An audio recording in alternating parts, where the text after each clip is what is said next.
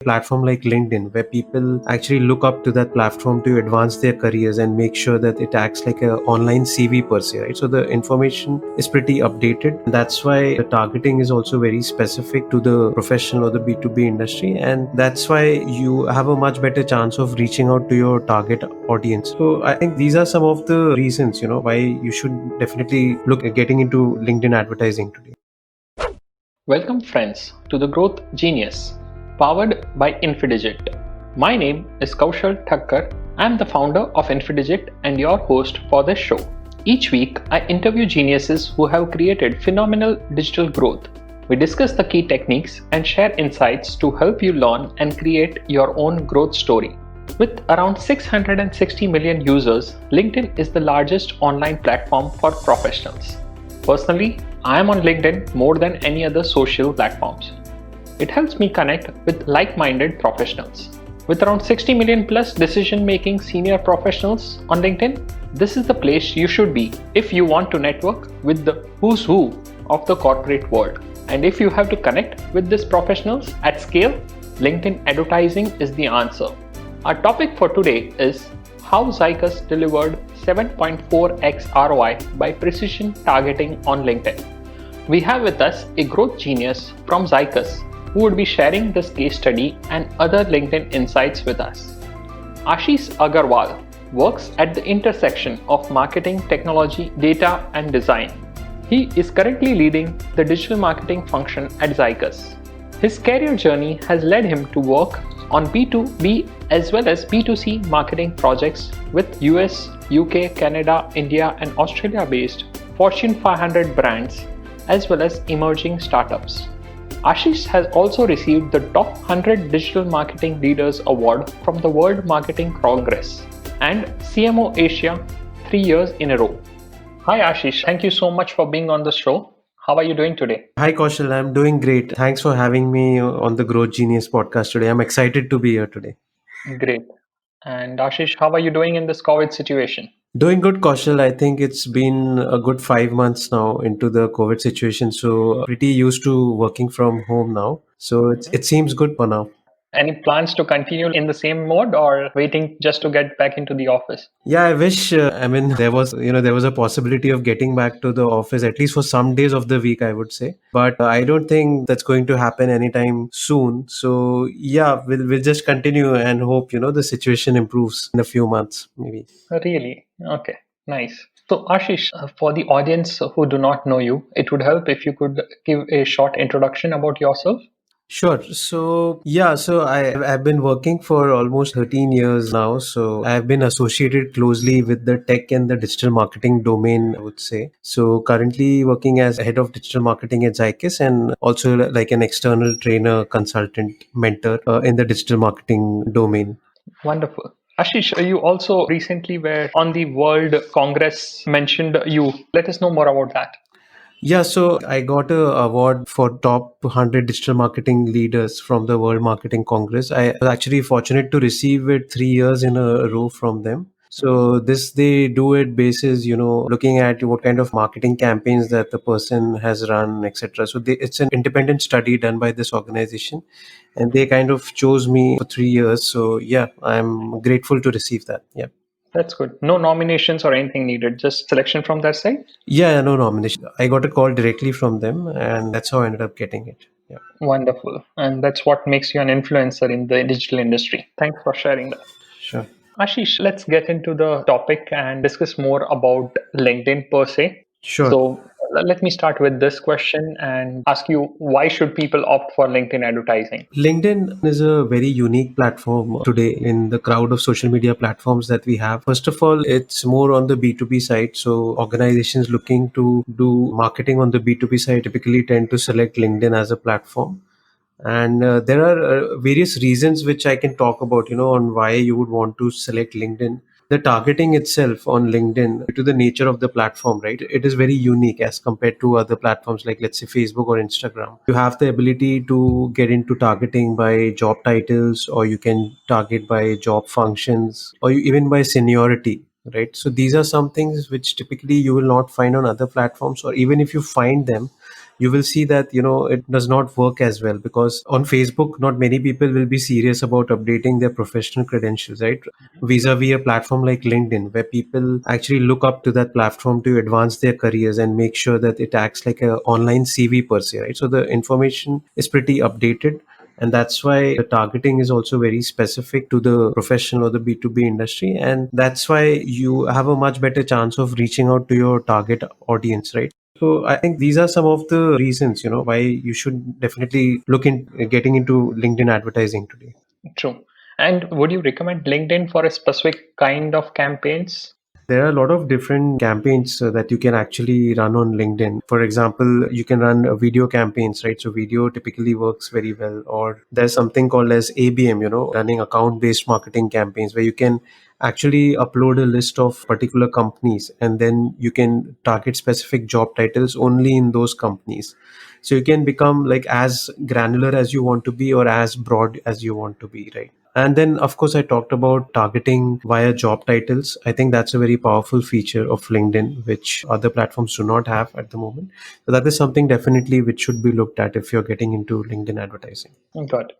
The other thing over there I wanted to ask you, Ashish, is have you experimented, let's say, with product based advertising versus service based advertising? Or would you say that, okay, LinkedIn would be more suitable for services business or something like that? So I have typically run product-based advertising on LinkedIn, but I would say like any company which is into the B2B marketing space, right? I think they can benefit from LinkedIn, be it products or services. Services might work better if because typically they end up being cheaper than products, right? So products typically have a longer sales cycle. So that might be the reason why you might see maybe more volume for services, but definitely it works well both ways, I would say.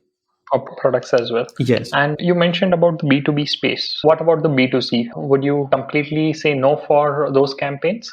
No, definitely. I mean, I would not say no for we'll have to actually analyze the product and the industry in depth to understand, what kind of audience it caters to. Yeah, and then we can take a call. Of course, LinkedIn might be relevant in a lot of B2C scenarios too. But let's say you're trying to sell something like a t-shirt, etc., or a shoe, right? For example, for those purposes, for B2C, something like a Facebook or Instagram definitely works well because your target audience typically hangs out over there, right?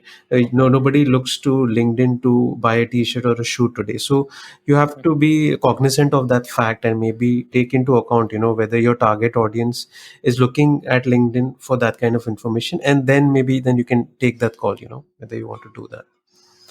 Perfect. Sounds good.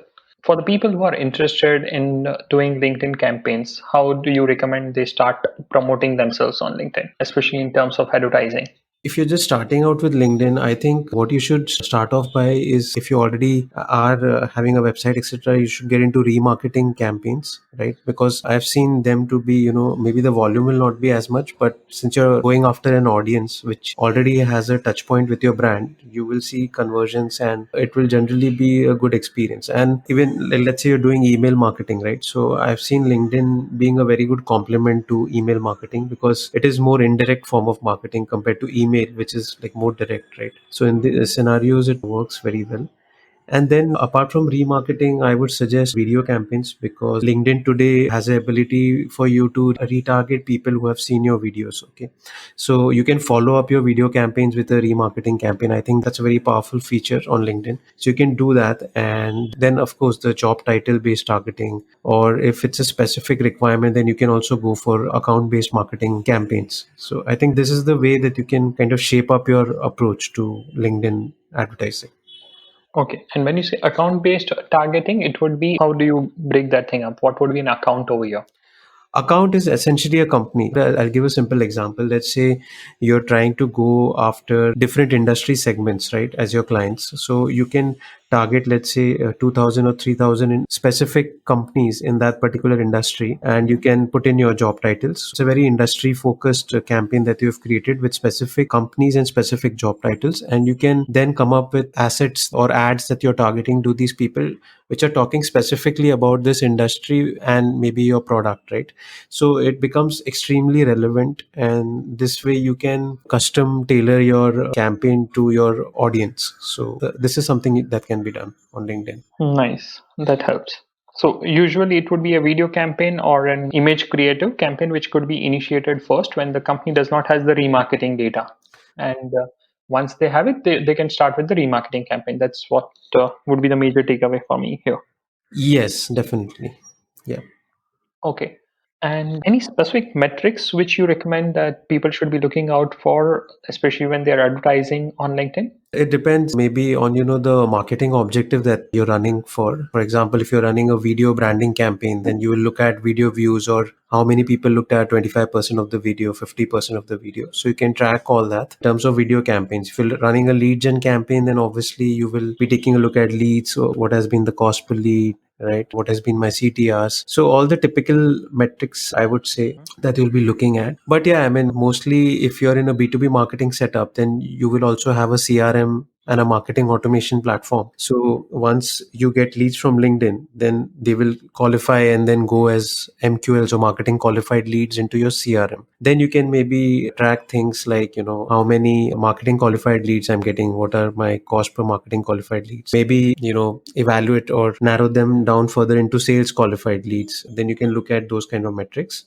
And then there are other ways also to kind of do attribution, like, and maybe also take a look at ROI figures, of what LinkedIn is giving you against. But that can be like a larger thing that you will do. But these are some of the things that you can look at, I would say, at a high level. Okay. And just for our audience, CTR over there was the click through rate, which Ashish was mentioning about, and ROI is your returns on investment.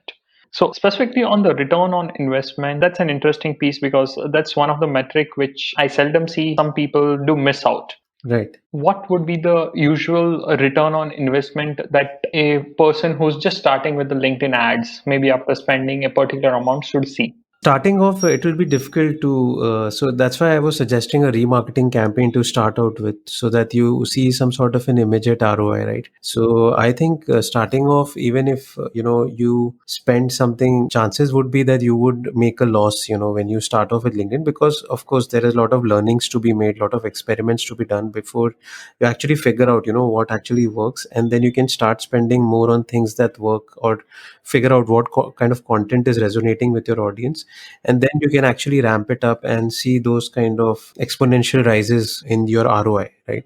So initial stages will of course be maybe loss making, like. Yeah, that would be there. Yeah, definitely, some bit of investments would be needed initially, but what should be that amount? Now, let's take an example. If there is a company like Zycus itself, and they want to initiate LinkedIn advertising, what would be the initial budget that you would ask them to put into the advertising investments without thinking about ROI? And when would you tell them that, okay, now start measuring the returns on investment? So I would see, for figuring out what kind of budgets you want to spend, I would suggest you take a look at the CPCs that LinkedIn is suggesting you, like the cost per click. How much is a click costing you in the region which you're trying to market to, right? Based on that, you can figure out, how many clicks do you want in a day? Like maybe you need 20, 30 or 50 clicks, so that you can, make at least something out of what you're doing on LinkedIn. And then you can figure out how much the spends is coming to. I can definitely tell you that it varies significantly from one location to the other location. Like, for example, advertising in India on LinkedIn today is much cheaper than, maybe running a campaign in US. So there's a huge gap over there. So it depends to a large extent where you're running the campaign. I think, yeah, I mean, initial stages, if you're able to even, get a 1x or a 2x return, that's also great, because when you're running campaigns on LinkedIn, even for measuring the ROI, so the sales cycle of typically these B2B services or products are typically long, right? It's not like a B2C where a transaction immediately happens, so that you can immediately measure what is happening. B2B, what will happen is, maybe you run it for 6 months and your sales cycle is, let's say, 8 to 10 months. So you can just imagine, you'll get the data a lot later, and then you can measure it. And I would say, if you're even getting what you're investing out of LinkedIn in the initial year, I think that itself is a good benchmark to achieve. And I can tell you from a Zycus perspective, slowly in 3, 4 years of running the campaigns, we were able to then come up to a 5x ROI, right? On the next year, when we had a 5x and we understood what's working and making use of, some new LinkedIn features which were coming out, we were able to move up to a 7.4x ROI. Right. So I would say in the initial stage, the ramp up will not be, significant, but as you keep on being consistent with it and keep on experimenting and investing on things that are working, slowly you will see it will start ramping up quite significantly, is what I would say. Understood. Fine. And those were really interesting numbers, the 5x ROI and the 7.4x ROI. Would love to know more about it, but for the knowledge of our audience, if you could first tell us more about Zycus so that everybody is able to visualize the campaigns that you explain after this. Zycus is basically we make software products in the procurement domain. So, I mean, if I have to explain in a very layman language, so whenever you procure something, externally like raw materials, etc., in an organization, or suppose an employee wants to procure a laptop, for example, or anything hardware, they will raise a request, and that request will go through n number of approval cycles internally, and then there's a procurement team, right, who basically will inquire with their suppliers and find out which is giving them a good deal, etc., and then buy it. So this entire cycle, from managing the approval flow to figuring out which supplier is getting you the best price, etc. In fact, our software also uses a lot of AI tech and tells you in what quantity should you buy to get the best discounts, for example. Or maybe it will tell you, okay, wait 3 months to buy this product because in its life cycle there is a discount after 3 months, which happens everywhere. So it will analyze all these trends and ensure that you kind of get the best deal on the things that you're trying to procure. So this entire thing is managed by the software, and it's called a source to pay procurement suite, which is the flagship software which Zycus makes. Yeah. Okay, perfect. And source to pay means the final payments and everything also would Yes. be routed by the Zycos system itself. Yes. From sourcing to the payment thing. Yes, exactly. Fine. And how big would be the client base for Zycus? I know the numbers, but yes, for the purpose of our audience. So we have 150 plus clients currently worldwide. So yeah, that's the number. Perfect. Yes. So now we know much more about Zycus. So let's start first with the challenges which you saw with Zycus in terms of the digital campaigns, and how did you approach this particular solution where you received that 7.4x ROI? So I think, see, when I had joined Zycus LinkedIn, we were already using LinkedIn, but I would say maybe, there was a scope to do a lot more experimentation. So I think that is one area where I might have contributed after joining, is bringing in that kind of experimentation culture, not only on LinkedIn, but I also wanted to explore, many things outside LinkedIn. So for example, if I have to tell you today, we also invest money in other platforms like Quora, which we have figured out, which works well for us. Maybe it's not giving us as much scale as LinkedIn offers because obviously it has a lot more relevant audience, but it has become like a secondary platform for us, which gives us, decent number of leads, which convert into revenue, and it's not as expensive. So these kind of things we were able to evolve and figure out because of that experimentation culture. So we did a lot of experiments like running all these different kind of campaigns like remarketing or targeting by running lead gen ads or targeting. You have LinkedIn groups, right? So you can even target specific LinkedIn groups and run these campaigns. So all these things have worked phenomenally well. We started running video. We focused more on remarketing. So a lot of things like we focus on branding video campaigns, something that we were not doing earlier, like these ABM campaigns, which I talked to you about. So all these things we started, experimenting, and now over a period of time we understand what works for us in which region. And since we are armed with those kind of insights and data, so we have the ability to now spend on things that work, and that's how we are able to scale up in the right direction and see the ROI skyrocket for us also from LinkedIn. So it was more about that precision targeting, as you mentioned it, which helped you to gain that particular. So yeah, definitely the targeting and lot of experimentation. So I mean, of course, LinkedIn is one of the things we do, but overall getting into that experimentation frame of mind, that everything needs to be experimented with, and then the data needs to be looked at to figure out what works. It's very simple to say, but I think it should be done on a continuous basis, and that's the only way that I think anybody can actually understand what actually is working for them on different platforms. So yeah. And during this particular journey, right from that, because you would have also seen that 1x ROI for this particular campaign Hmm. for writers, and from the journey of, let's say, 1x ROI to 7.4x ROI, Right. any other things which happened, which you would like to share with the audience? Some things worked really well. So, for example, though we spent a lot of money, but it worked really well for us. We came out with a dummies guide. Okay, so it was a dummies guide to digital procurement transformation. So this was a asset that we got created with Wiley. Wiley is the publisher who actually makes these dummies guide.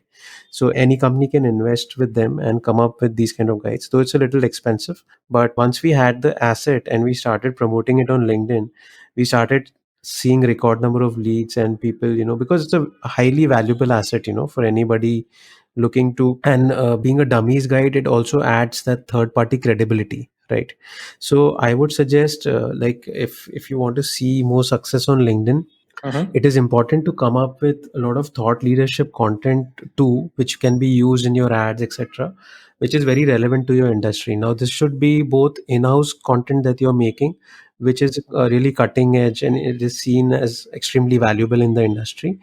Plus, if you can get these kind of third party assets into the mix too, right? So maybe it doesn't need to be as expensive, or it can be, depending on what stage you are in. But make an effort to kind of, get these co-branded assets out and see, how it's working on the audience. So I think this was one of the things I can share, separately from what I've shared till now, which kind of worked really well for us. Yeah. And that's really interesting, right? Using third party assets and combining it with your LinkedIn marketing so as to get more leads. Right. Great. That's wonderful.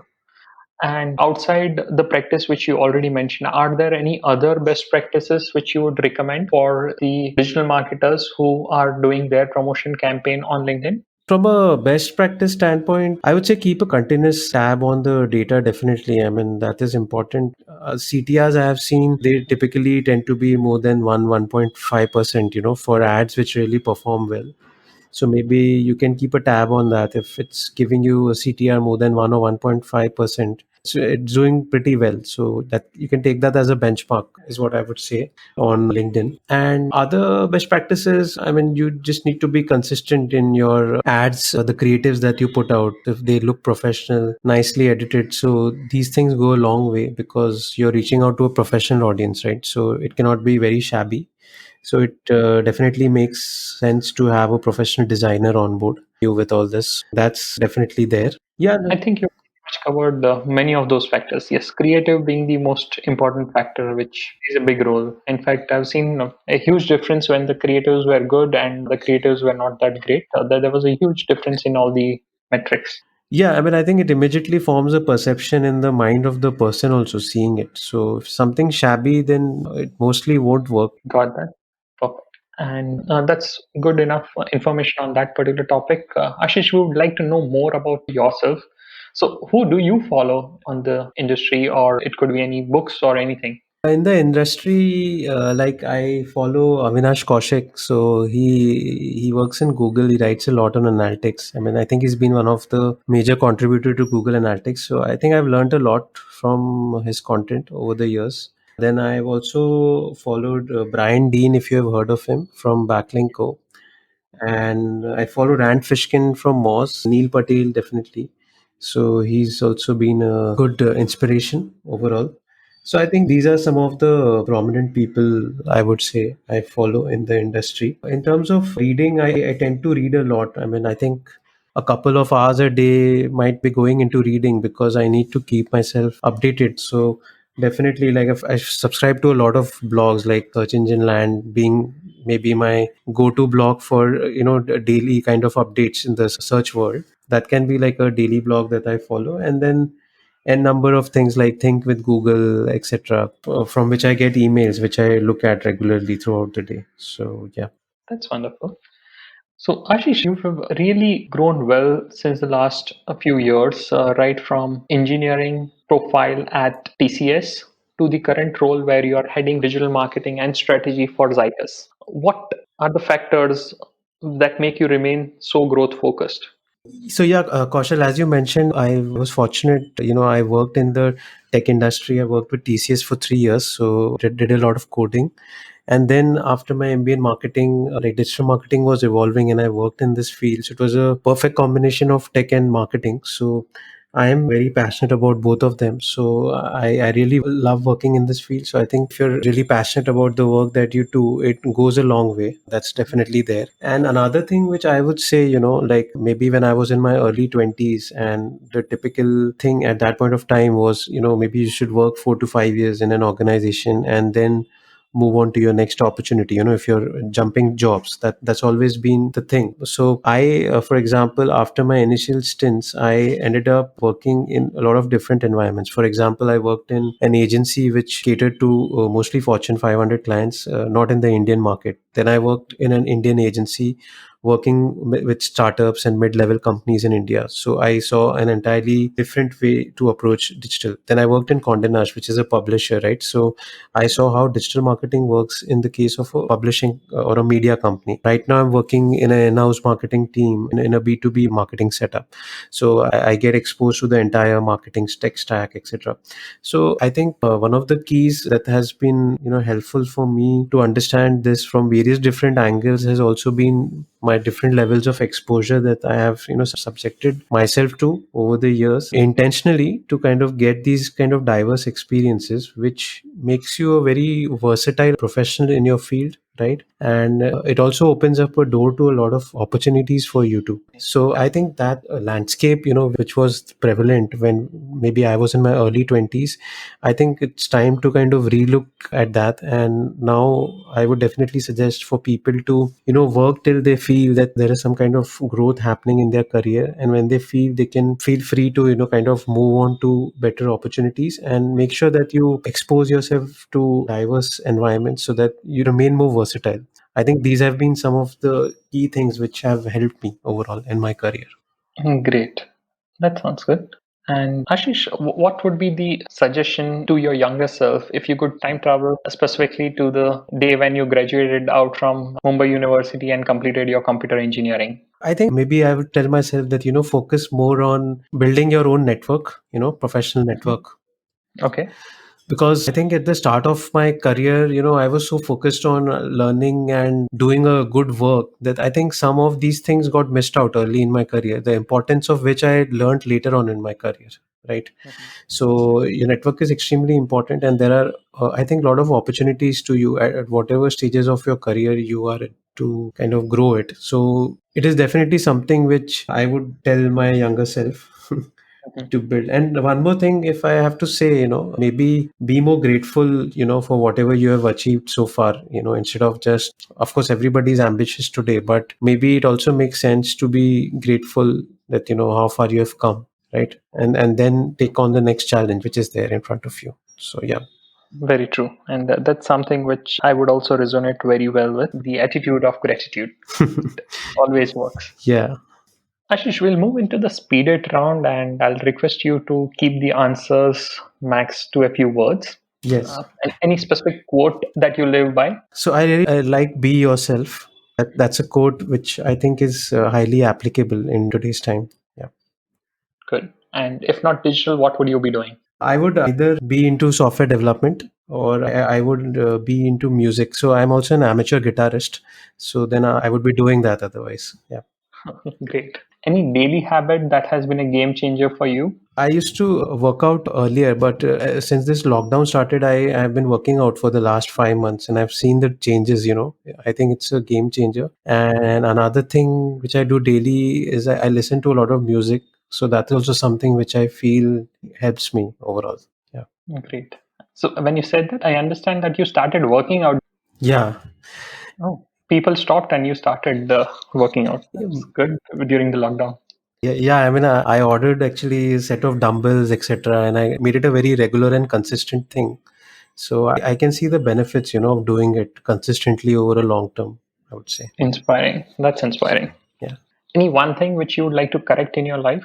I'm trying to take better care of my finances. So I've been pretty successful in the last couple of years. So I have been pretty spendthrift, I would say, So I'm trying to be more financially intelligent, I would say. So I'm trying to do that. So yeah, True. that's something. True. Let's define Ashish Agarwal in one word. I would say resilient. I think I like that word a lot. because everybody goes through a lot of ups and downs. But overall, I've seen, I've come out every time. So now it also comes with this inherent confidence at the back that, whatever happens, like you will come out of it. So yeah. Understood. And Ashish, how can the audience stay connected with you? I think LinkedIn is a great place. You can hit me up at LinkedIn/in/Ashishe312. That's my handle on LinkedIn. Or you can drop me an email at ashishe312 at gmail. Or my Twitter handle is at digiyogi312. So these are some of my handles where you can reach out to me. Yeah. Perfect. It was a great session. Any parting thoughts that you would have for our audience? Yeah, so Kaushal, first of all, it was nice discussing and having a conversation with you two today. As a parting thought, since we we talked a lot about LinkedIn, what I would definitely say to everybody is making a personal brand today is very important, and I think 5 or 10 years down the line it will be much more important than what it is today. And LinkedIn still gives you a lot of organic reach, right? So anybody who's doing anything, I would definitely suggest them to maybe start posting on LinkedIn and trying to form their personal brand from today itself, so that you can maybe reap the benefits of that going forward too. That is something which I would want to definitely share. Perfect. And Ashish, I have a lot of takeaways from this particular session. And over and above the LinkedIn part that we spoke of, I'm going to take this a few key takeaways with me. One thing is more to be in terms of be passionate about the things which you're working on, network more, be in that attitude of gratitude, and definitely work out even during the lockdown stage. Yeah, definitely, Kosh. That helps. Thanks a lot, Ashish, for being on this particular show. It was a pleasure talking with you. Same here, Kaushal. I loved interacting with you today. Thanks a lot, Ashish. Thank you so much for listening to this episode of The Growth Genius. I hope you learned something today that would help you to grow.